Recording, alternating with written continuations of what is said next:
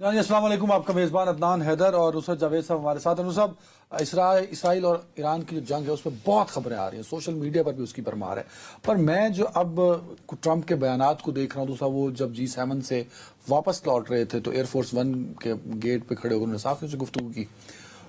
میں تو حیران ہوں، پریشان ہوں کہ یار ٹرمپ صاحب چاہتے کیا ہیں؟ وہ جنگ رکوانا چاہتے ہیں، جنگ بڑھانا چاہتے ہیں، یا کچھ سیٹلمنٹ کروانا چاہتے ہیں دونوں کے بیچ میں؟ مطلب ان کی سٹیٹمنٹ ہی کنفیوزنگ ہے۔ بھائی صاحب بالکل کنفیوزنگ نہیں ہے، اچھا، اس کا 1 پوائنٹ ایجنڈا ہے، اور وہ ایجنڈا یہ ہے کہ امریکہ کہ ایران جو ہے وہ اپنے ایٹمی پروگرام کو از خود ختم کرنے کا اعلان کر دے، اور وہ جو انٹرنیشنل انسپیکشن ایجنسی ہے اس کو کہہ کے آ کے دیکھ لیں، ہم نے یورینیم کی 0 افزودگی ہو رہی ہے اور سارا سسٹم ہم نے تباہ کر دیا ہے خود اپنے ہاتھوں سے۔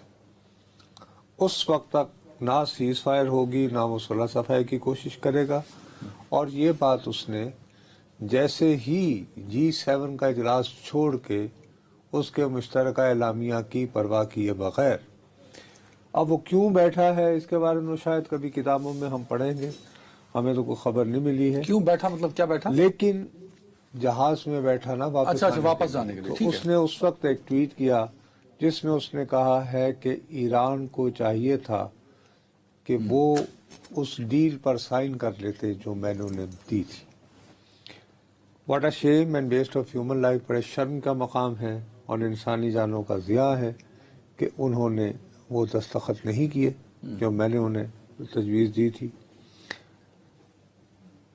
میں صاف لفظوں میں یہ بتانا چاہتا ہوں، یہ وہ کہہ رہا ہے، یہ میں نہیں کہہ رہا کہ آپ کہہ رہے ہیں کہ جی آپ کو سمجھ نہیں آ رہی کہ اور اس نے اس کو کیپٹل لیٹرز میں لکھا ہے، یعنی جس کو آپ جلی حروف میں کہتے ہیں، ہائی لائٹ کہتے ہیں ہماری زبان میں۔ Iran can not have a nuclear weapon, کہ ایران ایٹمی ہتھیار نہیں رکھ سکتا۔ میں یہ بات بار بار کہتا رہا ہوں۔ اس کے بعد اس نے کہا کہ every one should immediately evacuate Tehran, کہ یعنی تہران کے شہریوں جلد از جلد شہر کو چھوڑ دو۔ اس کا مطلب سیدھا سادہ ہے کہ بھائی میں آ رہا ہوں۔ میں کنفیوز اس لیے ہوں کہ یہ وہی ٹرمپ صاحب ہیں چاہتے ہیں کہ دنیا میں جنگیں نہ ہوں، ان کی تو پالیسی ہے اینٹی فار۔ اللہ آپ کا بھلا کرے، بالکل افغانستان سے فوجیں نکلوائی انہوں نے، جی بالکل آپ درست کہہ رہے ہیں۔ تو یہ پھر کیوں ایسے ٹویٹس کیوں؟ وہ بھی ایک سیاستدان ہیں، اچھے سیاستدان ہو گئے، پہلے نعرے یہی لگائے۔ ان کا سب سے زیادہ کس کے خلاف ایک لفظ جو بہت مشہور موصوف نے کیا، وہ ڈیپ اسٹیٹ۔ ڈیپ اسٹیٹ کیا ہوتی ہے؟ ڈیپ اسٹیٹ جو ہوتی ہے وہ ایجنسیاں ہوتی ہیں، کیسی پاور جو اپنے حساب سے ریاست کے اندر ریاست، انٹیلیجنس ایجنسیاں، بیوروکریسی، ریاست کے دائمی ادارے، یہ ہے نا ڈیپ اسٹیٹ۔ اس نے کہا کہ جو امریکہ کی ڈیپ اسٹیٹ ہے وہ امریکہ کو خام خواہ کی جنگوں میں الجھا دیتی ہے، جس کا صرف اور صرف فائدہ جو ہوتا ہے وہ ہوتا ہے امریکی اسلحہ ساز فیکٹریوں کو اور جو ڈیفنس کے ٹھیکوں کے ٹھیکیدار ہوتے ہیں۔ یہی ہے نا، میں آؤں گا تو میں دنیا میں امن لے کر جاؤں گا، امن پھیلاؤں گا، کوئی جنگ نہیں ہوگی، کوئی جنگ نہیں ہوگی۔ ویسے ان کے بیٹے نے بھی کل اس بات کو دہرایا جو آپ کر رہے ہیں، لیکن ان کے بیٹے ایرک صاحب نے اس میں وہ بھی بات کہی جو میں کل آپ کو اپنے پروگرام میں کہہ رہا تھا کہ ٹرمپ نے ایران کو کہا تھا کہ 60 دنوں کے اندر اندر جو ہے میرے ساتھ نیوکلیئر ڈیل کر لو۔ یہ تو بالکل ٹھیک ہے، اور ایگزیکٹلی اسرائیل نے جس دن حملہ کیا ہے وہ 61 کا دن۔ پر میرا سوال یہاں پہ یہ ہے، مجھ جیسے کئی لوگوں کا سوال یہ ہے، آپ ذرا اپنے اس کلپ کے نیچے لوگوں کو پڑھیں کامنٹس، جی وہ یہ ڈکٹیشن ہے یا مذاکرات ہیں؟ ڈکٹیشن ہے تو ڈکٹیشن ایک خود مختار ملک تو نہیں مانا، تو نہ لو۔ وہ انگیج تھا مذاکرات میں، ایران ہر مذاکرات میں آ رہا تھا۔ میں بالکل تیار ہوں، جو 60 کی بجائے 70 دن ہو جاتے ہیں، 100 دن ہو جاتے تو کون سی قیامت آ جاتی؟ بھیڑیے اور بھیڑ کے بچے کی کہانی بچپن میں پڑھی تھی، کتابیں میں پڑھائی گئی تھی۔ بھیڑیا کہاں کھڑا ہوتا ہے اور بھیڑ کا بچہ کہاں کھڑا ہوتا ہے، پانی پی رہا ہوتا ہے۔ لیکن پانی گدلا کرنے کا الزام کس پر لگتا ہے؟ بھیڑ کے بچے پہ.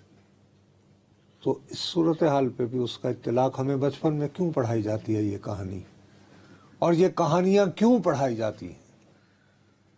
یہ کہانیاں ہمیں بچپن سے اسی لیے پڑھائی جاتی ہیں کہ بھیڑ کے بچے نہ بنو، بھیڑیے بنو. اور جو لوگ بھیڑ کا بچہ بھیڑیا بننے میں ناکام رہے ہیں ان کا وہی عالم ہوتا ہے جو آج کل ایران کا ایران سے غلطیاں ہوئی آپ کے خیال میں؟ میں ایران کے بارے میں کیا کہوں، مقصد یہ کہ ایک خاص مقام پر آ کر جب انہوں نے دیکھا، ایک سب سے بڑی بات یہ دیکھیے، ٹرمپ نے اپنے عوام کو، اس کے اپنے ہاں بھی اس کو یہ سیل کرنے میں بہت وقت لگا ہے. دیکھیے ٹرمپ کا بنیادی نعرہ کیا ہے؟ میک امریکہ گریٹ اگین. اب اس کے لیے وہ دو باتیں کہتا ہے. وہ یہ کہتا ہے کہ امریکہ جو ہے وہ اپنے وسائل جو ہے بجائے عوام کی فلاح و بہبود پر خرچ کرنے کے وہ خواہ مخواہ کی پرائی جنگوں میں جو ہے اس کو خرچ کرتا رہا. یہی کہتا تھا نا. دوسرا یہ ہے کہ جناب ہمارے یہاں کا سرمایہ دار جو ہے وہ بجائے یہاں فیکٹریاں لگانے کے، یعنی امریکہ کے اندر، وہ چین جیسے ملکوں میں جا کے تو وہاں کی سستی اجرت کے لالچ میں کرتا رہا، اور اس کے نتیجے میں یہ ہوا کہ آج چین امریکہ کے برابر کی قوت بن گیا ہے اقتصادی اعتبار سے. ٹھیک، میں آؤں گا تو وہ روک لوں گا. اور تیسری بات یہ کہ ان تمام راستوں پر ہمیں لگایا تھا ڈیپ سٹیٹ نے، اور ڈیپ سٹیٹ کو میں کنٹرول اب ٹرمپ بدل کیوں گیا؟ لیکن ایک چیز پر وہ شروع سے قائم ہے. دیکھو اس کے ساتھ بھی آپ یہ نہیں کہہ سکتے کہ وہ بدل گیا. نہیں، ابھی آپ نے کہا نا کہ 1 پوائنٹ ہے، آپ نے 2 ایجنڈے بتا دی نا ٹرمپ کے، آپ نے ٹویٹ بھی پڑھ کے سنا دیا. لیکن آپ کا نہیں سن لو نا اب. لیکن Iran can not have a nuclear weapon. اس معاملے میں وہ ثابت قدم ہے.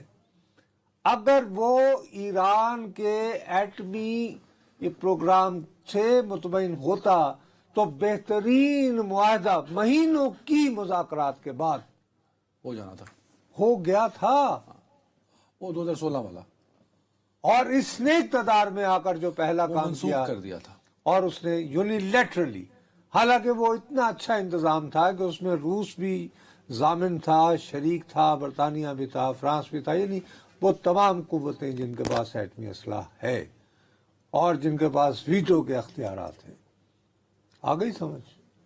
تو یہ اس نے یونیلیٹرلی کیا تو ایک بات تو کلیئر ہو گئی نا کہ اس شخص کا جو ہے وہ ایک بات طے تھی کہ ایران کو میں نے کبھی ایٹمی طاقت نہیں بننے دینا.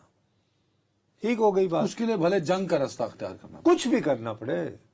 اب اسی لیے جو اس دن جو میں نے آپ کو پچھلے ہفتے جمعرات کے دن جب میں بار بار آپ کو یہ کہہ رہا تھا کہ یہ جو امریکی سینٹ کی سب کمیٹی کا اجلاس ہوا ہے اس میں لنڈسی گرام جو سینیٹر ہے اس کی تقریر سنو. وہ 11 جون کو کیا اس کہے چلے جا رہا ہے امریکی افواج کے سربراہان کو کہ میاں تم لوگوں کو ہٹلر یاد ہے، تم لوگوں کو یہ معلوم ہے کہ اب ایران جو ہے وہ وہی سلوک کرنا چاہ رہا ہے جو ہٹلر چاہتا تھا، تو تم ہاتھ پہ ہاتھ دیے کیوں بھرے یعنی بیٹھے ہوئے ہو. اب جیسے ہی اس نے یہ بات شروع کی اس کے بعد اسرائیل نے حملہ کیا ہے نا. اب ہونا یہ چاہیے تھا کہ اگر واقعتاً یہ متفکر ہوتا تو ٹرمپ کہتا کہ یار میں نے تو ان کو مذاکرات، میری تو اتوار کے دن مذاکرات ہیں، اسرائیل تم یہ کیا کر رہے ہو. ایسا نہیں ہوا، اس نے ایسی کوئی بات نہیں کی، صرف یہ کہا. اچھا ایک بڑی خبر دیتا چلوں ناظرین آپ کو بھی. جس میٹنگ کے لیے دنیا بھر نظریں ٹکائے بیٹھی تھی وہ اہم میٹنگ تھی نیشنل سیکیورٹی کمیٹی کی، جو کہ امریکہ میں ہونی تھی، واشنگٹن میں ہونی تھی شاید، اور ٹرمپ نے اس کو میرے خیال میں چیئر کرنا تھا. وہ شروع ہو چکی ہے سر. دنیا بھر کا جو ملک ہیں وہ اس پہ نظریں ٹکائے بیٹھے ہیں. تو دیکھیے اس کی وجہ کیا، یہ کتنی امپورٹنٹ ہے؟ یہ وہیں پہ اس نے کہہ دیا تھا. اس سے سیدھا سادہ یہ ہے کہ وہ غالباً اپنی نیشنل سیکیورٹی کمیٹی سے اپنے جو ہے اس کے سامنے رکھ کے تو وہ ایران پر مطلب وہ اسرائیل کی حمایت میں اپنا رول ادا کرنے کی منظوری لے. وٹ کائنڈ آف رول جو نیشنل سیکیورٹی کمیٹی سے لینا ہے؟ کہ ہم نے اسرائیل کی مدد کرنی اور ایران کے نیوکلیئر. یار دوبارہ جب وہ کہہ رہا ہے نا, میں تو نہیں کہہ رہا ہوں, یہ اس کا ہے. Iran can not have a nuclear weapon. میں نے آپ کے 3 ڈاٹس ہیں آپ کے پاس, چوتھا میں نے اتنا بڑا ڈاٹ دے دیا. میرا سوال یہ ہے کہ امریکہ خود اس جنگ میں شامل ہوگا کہ نہیں ہوگا؟ ہو جائے گا نا. اچھا ہو جائے گا. اس کی وجہ یہ ہے کہ اسرائیل اپنے طور پر ایران کی جو ایٹمی قوت بننے کی صلاحیت ہے وہ ختم نہیں کر سکتا. اس کے لیے ضروری ہے کہ B-52 بمبار طیارے ہوں. ٹیک اے بریک, ایک سیکنڈ. آپ یہ کہہ رہے ہیں کہ اسرائیل جو اس وقت حملے کر رہا ہے پچھلے 5 دنوں سے وہ مطلوبہ ٹارگٹ اچیو نہیں کر سکا. 5 اس لیے کہ ایران کا جو سب سے زیادہ, جہاں پہ کہ ان لوگوں کو شبہ ہے کہ یورینیم کو صحیح اس طرح انرچ کیا جا رہا ہے کہ یہ بعد میں ایٹم بنانے کے کام آ سکے, وہ ہے تہران کے قریب کوئی 95 کلومیٹر فوردو. وہاں پہ پہاڑوں کے نیچے, کیونکہ آپ کو پتا ہے جیسے اسلام آباد ہے اسی طرح تہران بھی جو ہے, لائک کوئٹہ اسلام آباد اسی لیے اس کو تہران کہتے ہیں. ران جو ہے وہ فارسی زبان میں سلوپ کو کہتے ہیں, گھاٹی کو. اچھا اوکے. تو تہران ران کے نیچے آباد ہوا شہر. ٹھیک ہے, صحیح ہے. آ گئی سمجھ. تو وہ جو ہے وہاں سے 95 کلومیٹر ہے, اور وہی جو پہاڑ ہے, بس جیسے ایسے یہاں پہ تم یہ سمجھو کہ ہمارے مارگلا پہاڑ ہے, تو مارگلا پہاڑ کی چوٹیوں کے اندر آپ شروع کر دیں, اور ایک کے بعد دوسری, دوسری کے بعد چوتھی, 5ویں, 6ٹھی, یعنی کہ سرنگوں میں وہ پورا سسٹم ہے. جس کو ڈسٹروائے کرنے کی کیپیبلٹی نہیں ہے, جس کو ڈسٹروائے کرنے کی کیپیبلٹی فی الوقت دنیا میں صرف اور صرف امریکہ کے پاس وہ کیا موجود ہے. وہ ہے بنکر بسٹر, ایک بوم ہے. بنکر بسٹر مطلب بنکر جو اندر جو ہوتے ہیں ان کو تباہ کرنے کے لیے. اور یہ ہمارے لیے یہ کوئی نیا نام نہیں ہونا چاہیے. یہ جو بنکر بسٹر ہیں یہ سب سے پہلے آپ کو یاد ہوگا افغانستان میں استعمال ہوئے تھے, اور سب سے زیادہ تورا بورا نامی پہاڑوں میں استعمال ہوئے تھے, جہاں سے پاکستان بارڈر بنتا. ٹھیک ہے. جہاں سے پھر اسامہ بن لادن بھاگ آئے تھے. تو وہ تورا بورا کے پہاڑوں پر سب سے زیادہ بنکر بسٹر استعمال ہوئے تھے. تو یہ وہ پینیٹریٹ کرتا ہے پہلے, اس کے بعد پھٹتا ہے. اب یہ ہے کہ یہ میرا اپنا یہ خیال ہے کہ یہ اس وقت جو نیشنل سیکورٹی کونسل کا اجلاس جاری ہے اس سے وہ یہ کہے گا کہ بھئی امریکہ اسرائیل سے تو یہ ہوا. میرا ایک سوال ہے جی, ٹرمپ صاحب کے, آپ تو دوسری صدارت کا حوالہ دے رہے ہیں, پہلی صدارت میں بھی جب الیکشن کمپین سے شروع ہوئے تھے یہ کہتے تھے کہ ہم نے عراق میں غلطی کی, ہم نے افغانستان میں غلطی کی. تو وہ صدر جو عراق اور افغانستان, میں 21ویں صدی کی بات کر رہا ہوں, غلطی کیا کی یہ بھی تو سوچیں نا. یہی بات اب آج کل اس کے مخالف 2 بندے, جن کی ایک جو اس نے اپنا وہ ٹویٹ لکھا ہے نا, اس نے اس کو بہت برا بھی کہا ہے. اسے کہا کوئی بتائے اس کو. آخری اس نے کہا ہے کہ somebody should explain the اس نے ٹکر کارلسن کو کے بارے میں ایک نازیبا جملہ کہتے ہوئے جو ہے اس نے یہ کہا ہے کہ ایران جو ہے وہ ایٹم بم نہیں رکھ سکتا. یہ اس کا آخری ٹویٹ ہے, یعنی پہلا بھی یہی ہے اور آخری بھی یہی ہے, جس میں ریپیٹڈلی وہ ایک چیز کی. اب فرق کیا ہے عراق اور افغانستان میں؟ عراق, افغانستان اور ایران. اب نا ہاں سر, اس میں فرق یہ ہے کہ امریکہ نے تورا بورا شورا کیا, ملا عمر صاحب مبینہ طور پر موٹر سائیکل پر بیٹھ کر فرار ہو گئے, اسامہ بن لادن باجو کی گلی سے نکل کے پاکستان آ گئے. ٹھیک, تو ان کو یہ چاہیے تھا کہ وہ کہتے کہ جی مشن اکمپلشڈ, اور وہ واشنگٹن واپس. وہ آ گئے جی کہ ہم نے رجیم چینج نہیں خالی کرنی, اب ہم نے افغانستان کو جمہوری بنانا ہے, مہذب بنانا ہے, لڑکیوں کو تعلیم دینی ہے, اور یہ بالکل واشنگٹن جیسا ہو جائے گا 30-40 سال بعد. وہ نہیں ہو پایا.